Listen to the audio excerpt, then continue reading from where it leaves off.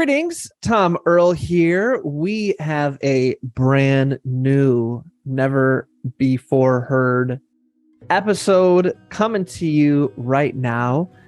And I know you could be anywhere. So the fact that you are here today, sharing your greatest gifts, your time and energy, I want you to know that it means the world to me. I hope you know that in this moment, you are valued, you are loved, and you are appreciated just as you are. As I said, my friends, this is a brand new episode. In fact, I am recording it just days before it's set to come out, much to the dismay and frustration of my entire podcasting team. Shout out to Chi-Chi, shout out to Molly for y'all dealing with me on this one. I have missed recording y'all live episodes. It has been a whirlwind. I don't know for you, but I have certainly felt that 2020, as soon as that year started, that my life just became this treadmill that somebody just kept pushing the faster button and the faster button and the faster button and the faster button and the faster button and the faster button until I was like, you know, why am I running? What am I running towards? What am I running away from? Those are all the questions. And so I have made some really beautiful and wonderful changes to my life, to my business, to the structure, to the holistic way I approach life. And so one of those ways is I want to get back into spending more and more time sharing myself with you through my podcast, through other things. So a lot of different things. And I'm going to be sharing that with you over this. Well, I have no idea, but you're going to start to get it seeped in to these episodes, kind of what's been going on in my life. Maybe I'll do an episode where I break it all down. But right now, what I'm going to do is just start sharing with you some of the thoughts that have really served me over these past 2 years specifically.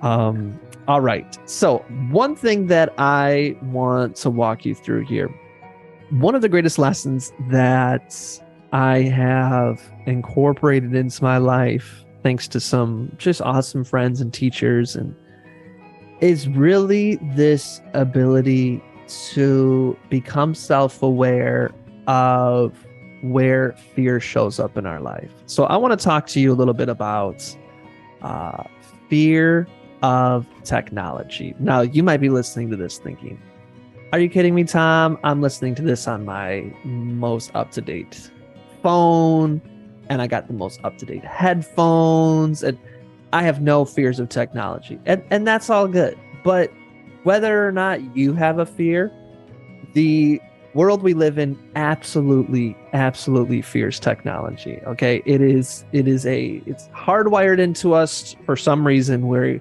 we use technology a lot as a symbol for our fears. And what I mean by that is, one of the things that my therapist has helped me through is the thing right now that you are fixated on and wanting to talk about is really just the surface level entry point into a real conversation that you need to be having, right? So if we were to talk about some people's fear of technology, oh, this thing is going to just take over the world. It's going to kill us all. Okay, let's talk about that. Sounds like maybe we have a tendency to catastrophize a little bit, right? So you can see that there. So what is it really that you're afraid of? Well, I guess it's control. Okay, well, why do you need to control everything? Well, because otherwise it might all fall apart. And what's wrong with it falling apart? Why do you need it to not fall apart? See, any kind of entry level fear allows us to really go deeper. It's one of these things that you hear a lot where we need to move beyond the content and the personality stories of our lives and move into the deeper essence. And I think if we kind of go on this exploratory episode here, that technology can be a gateway for us to have a deeper conversation. So let's see where this goes. So I'm going to give you a fear that people have about a certain technology, and I want you to guess what that technology is. Okay, so I'm going to say, for example, I'm going to make one up. This isn't a real fear people have. Like, oh, I'm worried that if I use this thing without oil, that my food will come out, unevenly cooked. And it's like, well, what's that? Air fryer. That's an air fryer. I made up a fake fear that people might have about an air fryer. Now, a side note, just want to give a little shout out to air fryers out there. My wife and I, we got an air fryer from our wedding registry. And I thought, this thing's a gimmick. Kind of like the Instant Pot. I was like, this thing's going to be a gimmick. I have no idea what I'm going to use it for. And recently, I went on a trip with my brother to the northern woods of the Midwest, almost to Canada, best place in the entire world. Shout out to the folks who have been blessed to visit the UP, Upper Peninsula. Anywho, I got there and was like, I had no idea how to make anything without an air fryer. My brother's like, this is called an oven. You can put things in here. I'm like, no, I want an air fryer.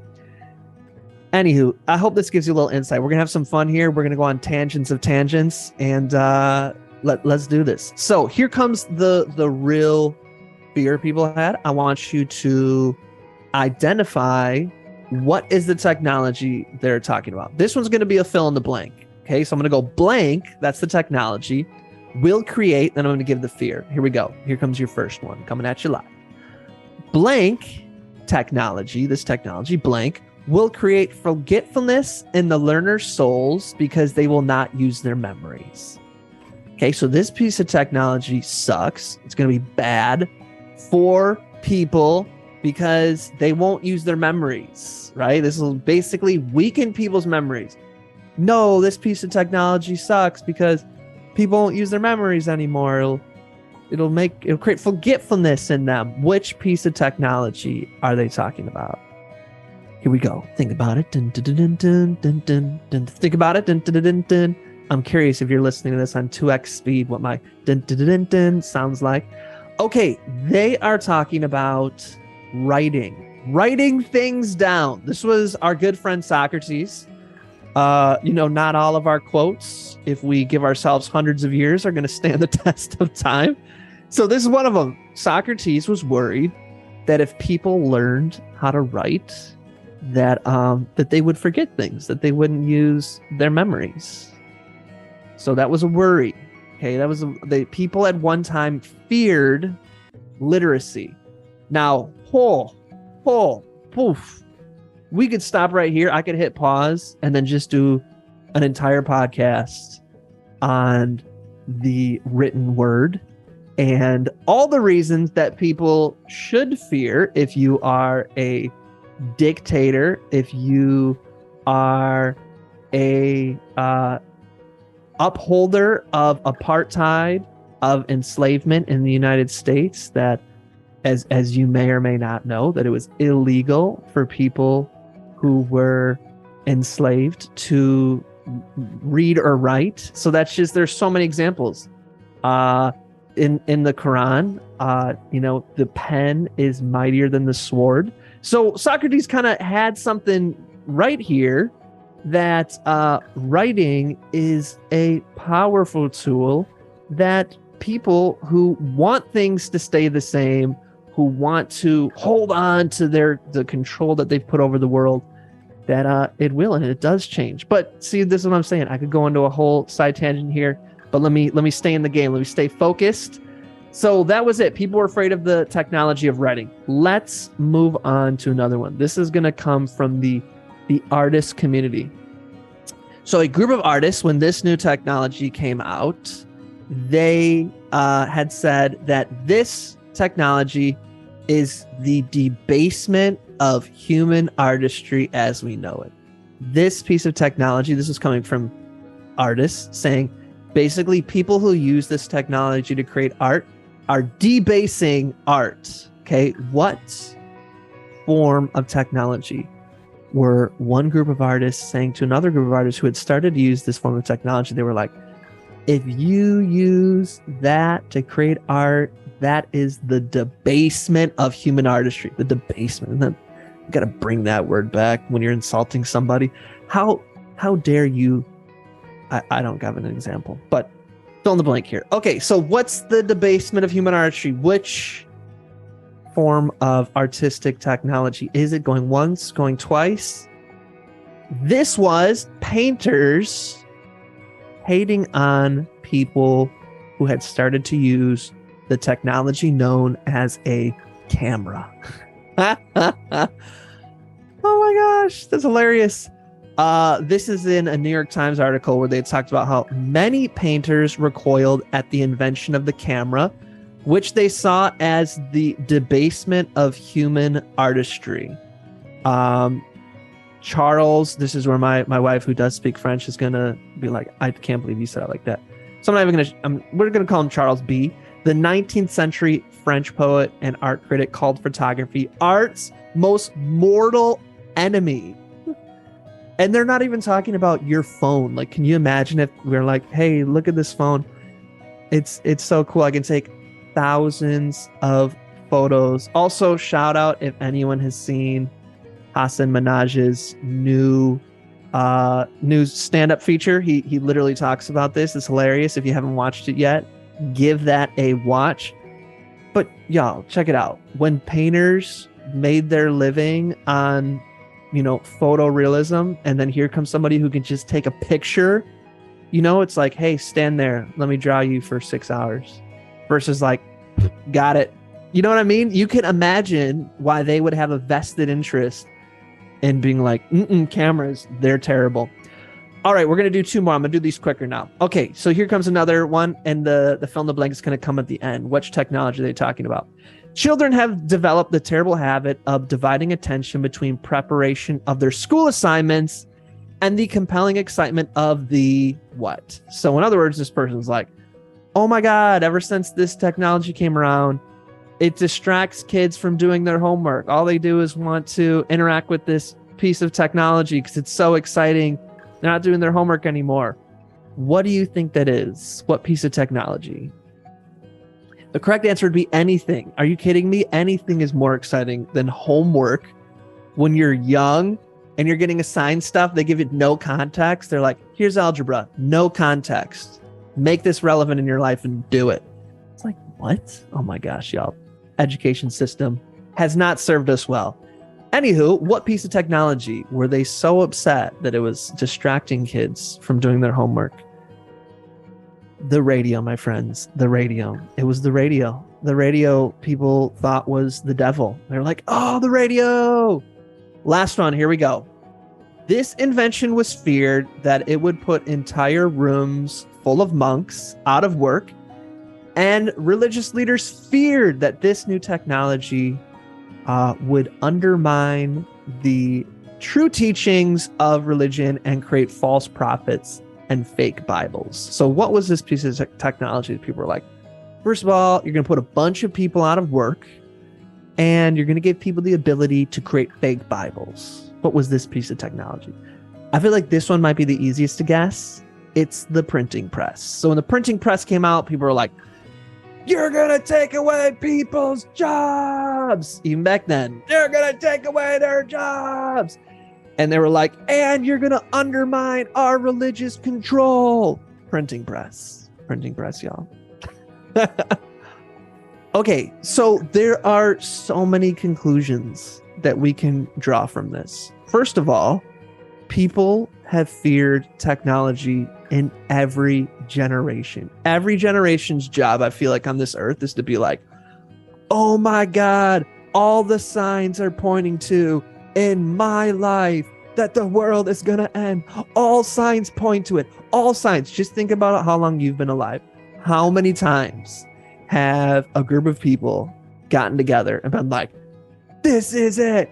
All signs point to the end of the world. Remember when people were like legitimately worried that when it went from 1999 to 2000, now maybe you're just a youngin', but I was born in 87. So I was old enough to remember. Like, we used to have these things in class called the weekly reader. Okay. And one of the articles was like, Y2K, that no one knows what's going to happen to the clocks. People legitimately were afraid. And if you were afraid, if your family was afraid, if someone you know was afraid, I want you to feel no guilt, no shame, because what I'm trying to point out is that this is like a movie that we are constantly feeling pulled to step into. Of like, okay, Y2K wasn't it, but oh my gosh, look at this thing. This thing's totally a sign that the end of times are almost here. Like, you hear it all the time, especially nowadays. It's so easy now because it legitimately kind of feels like it. But what I'm trying to say is everybody has legitimately felt like, oh my God, the end is almost here. And at the heart of it is usually advancements in technology, that as soon as a new technology comes out, people start to feel like, see, I told you. So we as leaders, as marketers, as business owners, as activists, first of all, I can't tell you what to do with your life. I can't tell you I have more knowledge than you because you're not in the same room as me. Who knows? You could be listening to this 30 years after I put it out and you're like, well, Tom, everything did fall apart. And then I'd be like, well, how are you listening to this? So clearly the internet at least still works. One of the things we can learn from this is that there are truths and there are fears that hide themselves in the truth. Every single piece of groundbreaking technology absolutely does create an end of the world, right? There is no going back unless it's completely taken away and our memories of it are erased.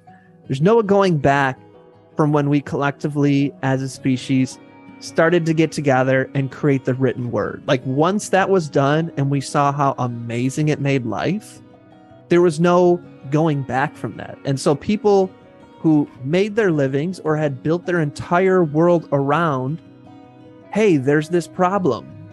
We don't know how to store things. So I'll make that my job. I will be the person in this group that remembers stuff for us. And anytime you need something, come to me and I'll tell you. And then it's like, oh, hey, so there's this new thing called writing things down. So I don't know if we're going to need you as much. That's an end to that person's world. Same thing with the camera. It's an end to the people's world. And so for us, we're living at a time where this is happening extremely, extremely rapidly. I run a Facebook ads agency, specifically Facebook ads. And what happened in 2020 was this huge wrecking ball called iOS update. And really, for those of us who have been in ads for a long time, we saw this coming. It is basically the end of the Facebook pixel tracker. So some context. The reason Facebook was the absolute leader in the social media space was because they had the best ads platform. Okay. Now, why did they have the best ads platform? We could go into that.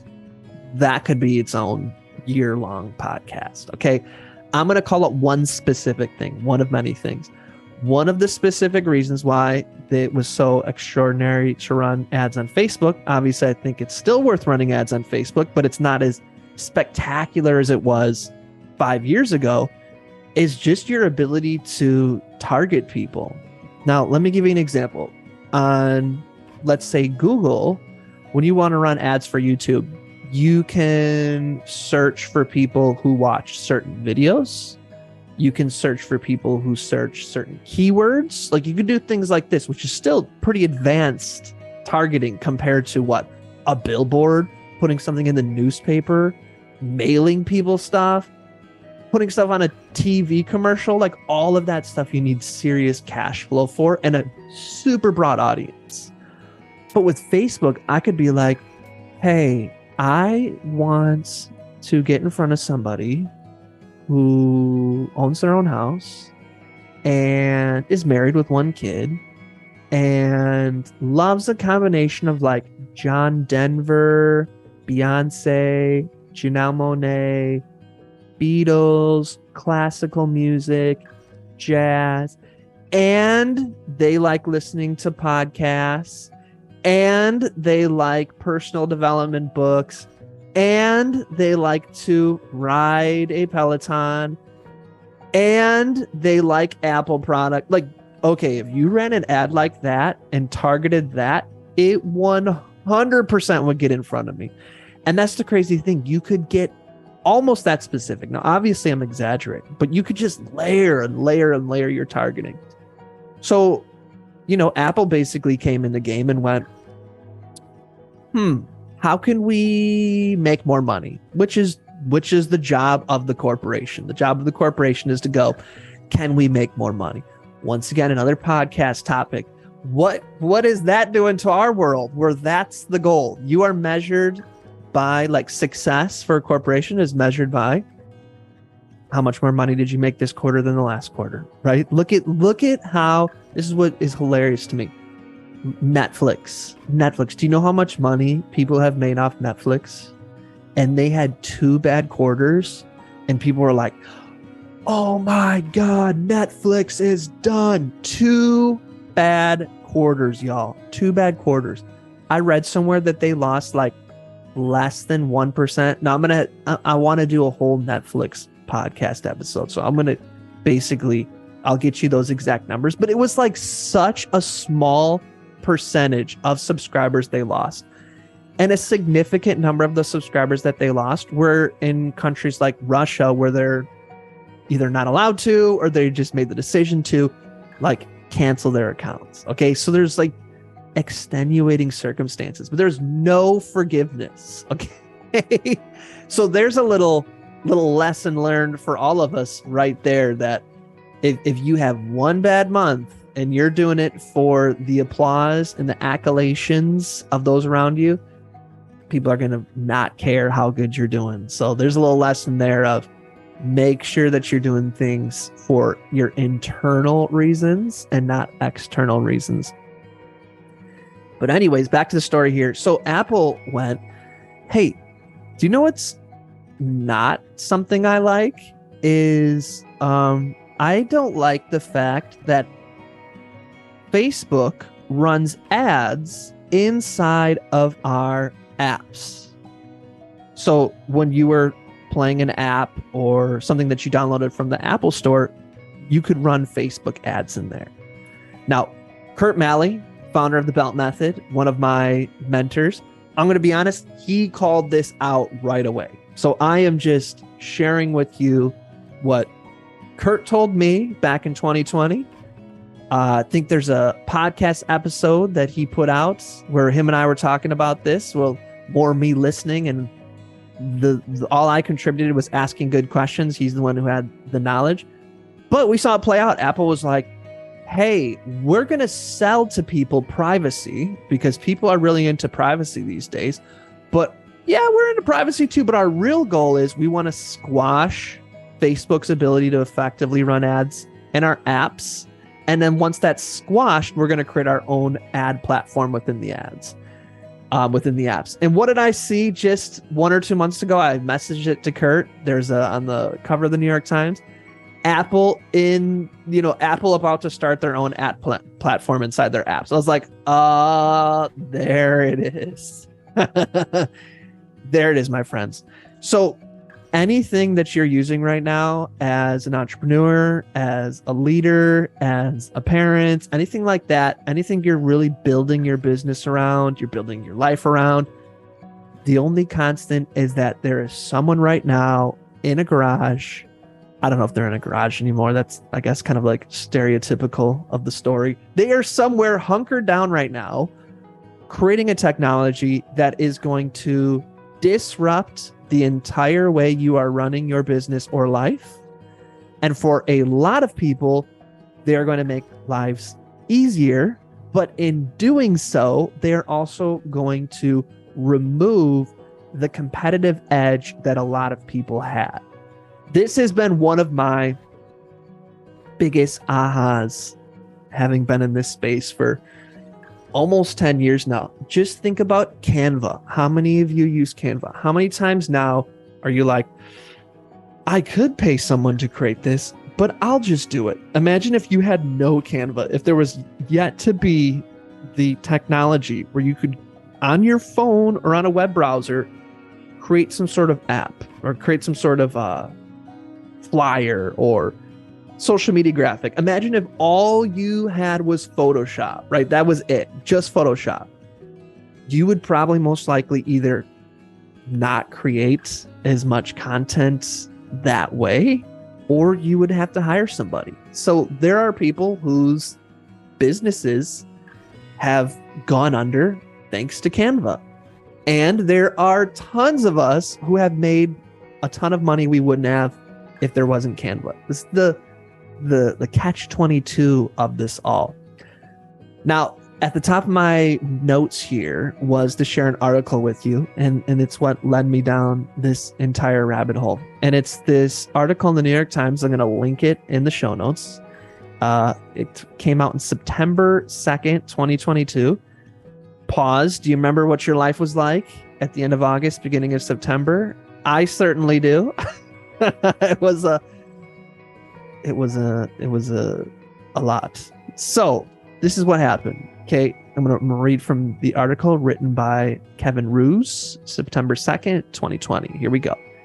This year, the Colorado State Fair's annual art competition gave out prizes in all the usual categories: painting, quilting, sculpture.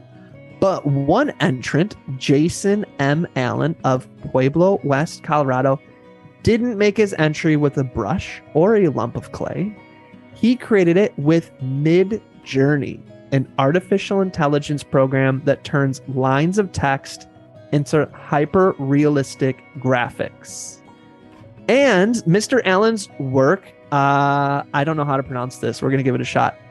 Theater d'Opera Spatial took home the blue ribbon in the fair's contest for emerging digital artists, making it one of the first AI-generated pieces to win such a prize and setting off a fierce backlash from artists who accused him of essentially cheating. Okay, so basically, Mr. Allen entered into a competition for digital art. He entered this piece into the category, okay, into the digital art category. And he said that he was upfront. He submitted under the name, and he said that it was created using AI. He explained how to use the technology. And so for him, he says, I didn't lie. This is digital art. And I didn't pretend that it wasn't using AI, but it was. And of course, a lot of people, and this is on the internet, you can find, because people have opinions on the internet, like me. This is my opinion. People were hating on him. They're like, this is cheating. This is dumb. And of course, people have so much fear of AI. Like, oh my God, it's just another sign that people are going to take over. And so one of the things that I like doing here in my life is having people over to my house in person for some vegan pizza. I call it porch and pizza. So we hang out on the porch, we have some pizza, we have some Martinelli's, some good tunes, and we talk about things. So this has been one of the things I've brought up to people. And one of the ahas of really wrestling with this, with one of my friends, or a couple of them, but this kind of really came in, is this fear that we're going to be replaced, right? So this is good right there. This is what I was saying. This is the kind of stuff you talk about with your therapist.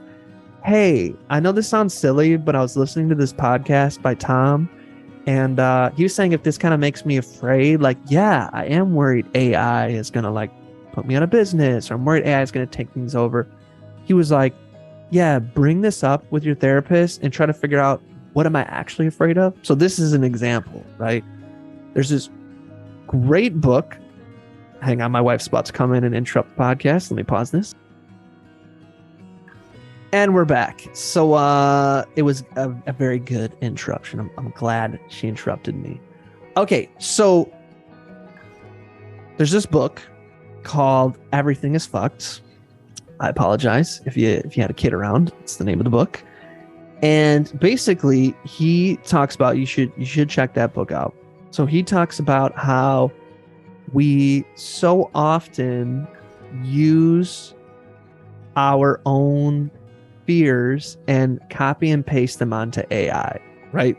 We think that if there is something that was ever smarter than us, that it would always take the worst part of ourselves and become basically like, we think, well, if I had control, if I controlled everything, I would then control everything, right? So that's our worry about AI often, is that AI will take away my freedom. Why? Because so often in human history, when one of us gets control disproportionate to the rest of us, what do? We usually take away people's freedom. So it's like, I'm worried that AI is going to do what we have done to ourselves, but then they will do to us. And that guns won't stop it. That's kind of like the fear in a nutshell that he describes. I think that's a pretty clever take. But this is the takeaway that I came with in this entire episode, was so I could tell you this thought, and so that you could then meditate on it and share your thoughts with me. So I appreciate you sitting through this journey. My thoughts are that AI is able to create simple and complex patterns that are often beyond our understanding of how they're doing it. And so I think if we were to match intellect against AI, that AI wins every single time. That makes sense. Not every single time, right? That's kind of an exaggeration. But I think that if we just talk about intellect, that AI can beat our intellect. That's what makes it, I think, so helpful. I think it's also what creates the fear. Now, when we start to talk about something like art, this is kind of my feelings around this, is that what often happens is a new technology comes out and it gives a whole bunch of people who didn't have the fundamentals or the mechanics down to create a vision. It then gives them now the ability to enter into the space of turning their vision into reality. So I think you should look at this work of art here by Jason Allen. I, to be honest, think it's spectacular. I'm looking at this and I love it. Now, if Jason Allen had to paint this or had to create it digitally using like a stylus or Photoshop, I'm going to make the assumption that he wouldn't have been able to do this. Okay. And I've never used this form of technology that this AI has. I plan to use it. It's on my to-do list of like, hey, when you have a free 30 hours, learn this and see what you think.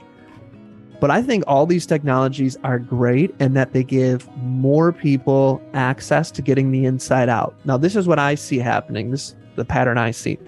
In the beginning, there will be people who will figure it out early and they will get an advantage.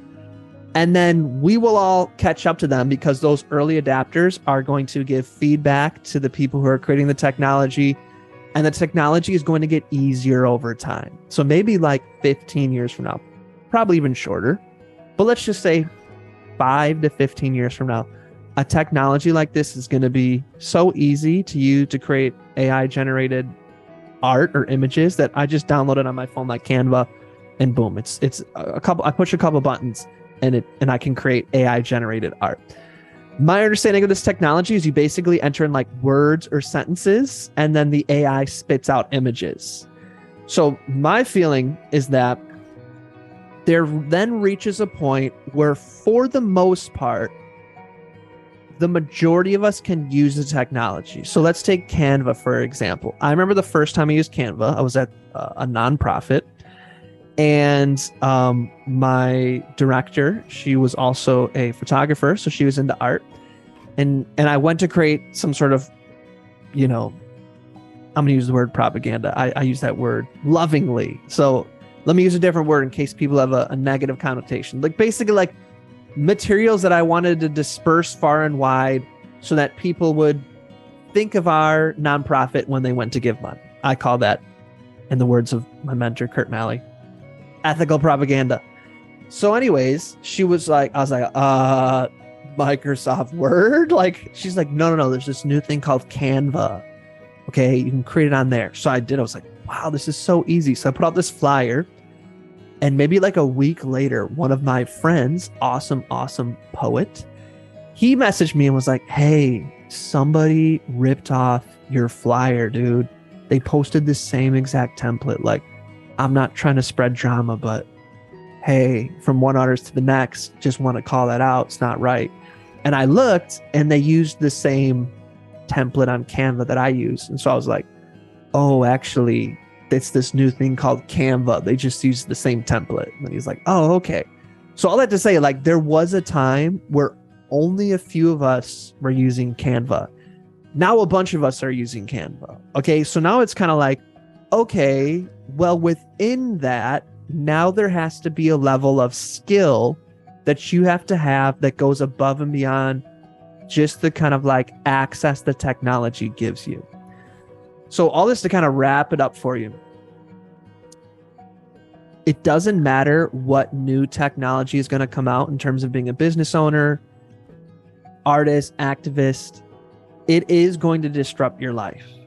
And for a lot of people, it's going to mean the entire business that you've built may now become obsolete.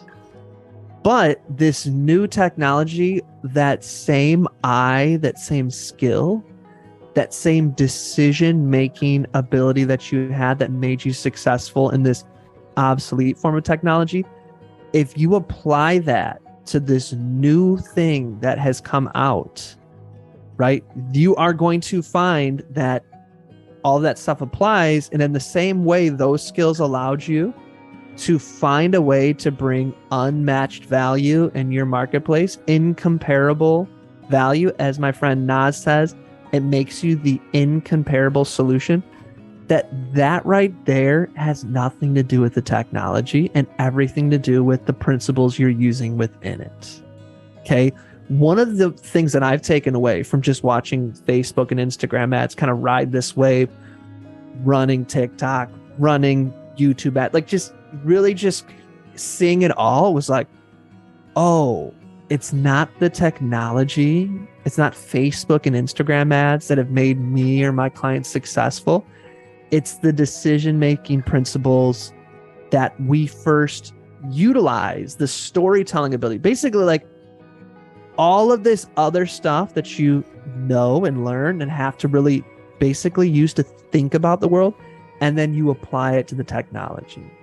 And so if Facebook crashes tomorrow, I have no worries about my business because I'm just going to take that and apply it to whatever the new form of technology is.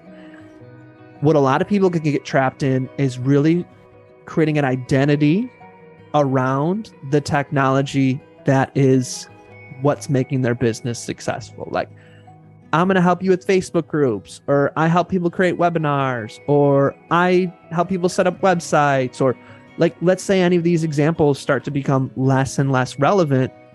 Instead of being like, I better double down. Oh my gosh, this is really scary. Let me talk against it. Like, no, Facebook groups are going to be around for forever. Like that kind of stuff.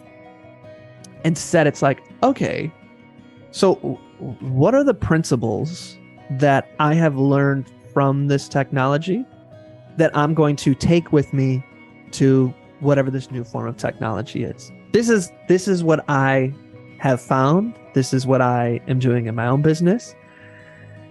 And so I have no real takeaways for you other than the ones that I've already shared. So what I want to, I guess, encourage you to really think about in this moment is, in your business, whatever is the core piece of technology that's making your business possible, or your leadership possible, or your activism, or your art, I want you to imagine that a year from now, it is going to be on the road to becoming irrelevant. Okay. So, I mean, I guess we could give some really clear examples. Let's say you were the Snapchat champion, or you were the, oh my God, what's it called? This is why, the Clubhouse champion. Okay. Let's say you were that, and it's like, well, those pieces of technology, in case anybody hasn't told you, and I mean this with love and respect, I'm sure you're still making good money, they are on the decline. So this is obviously a very obvious example. I think that every single one of us right now are using some piece of technology, some way of communicating, some way of creating, some way of hosting that is on the decline, and a new form of technology is just ready to swoop in. The bigger picture is this is life. There is never, ever going to be a time, I was just talking about this with my Uber driver. There's never going to be a time where you're going to have just like a week of sunny days. Okay. There is always a new storm gathering to throw you off your path. And so we can be in this constant state of like preparing for the storm. Let me board up my house. Let me hunker down in the basement, or, let me just be afraid of this catastrophe that is just waiting to fall upon me. That's like option one. Option two, we can be in denial. No, it's all good. It's all good. It's all good. It's like that. Or number three, it's just like, that is life. Life is designed to give you a series of joyful and sorrowful. Life is designed to create chaos. Like where you try to create order, life's like, haha, chaos. Because it wants us to just constantly learn the lesson that we're supposed to have.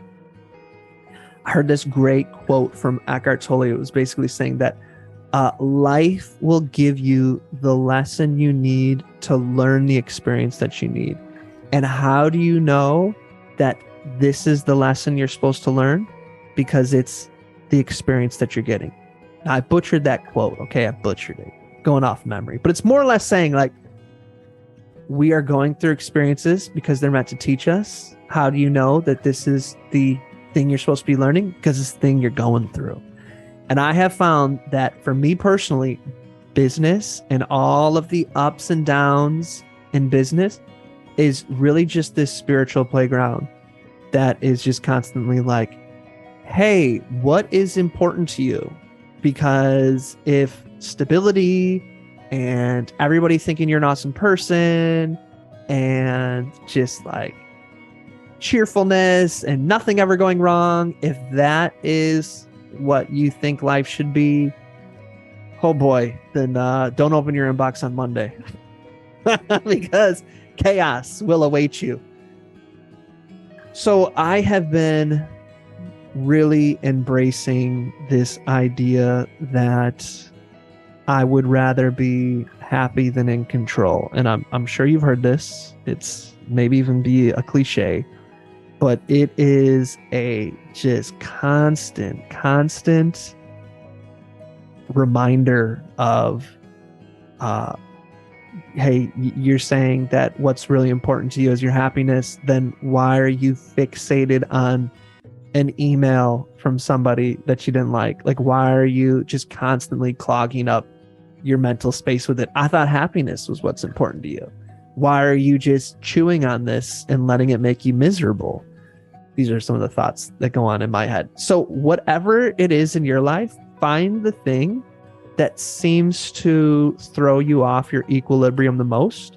Chances are it's something that really matters to you.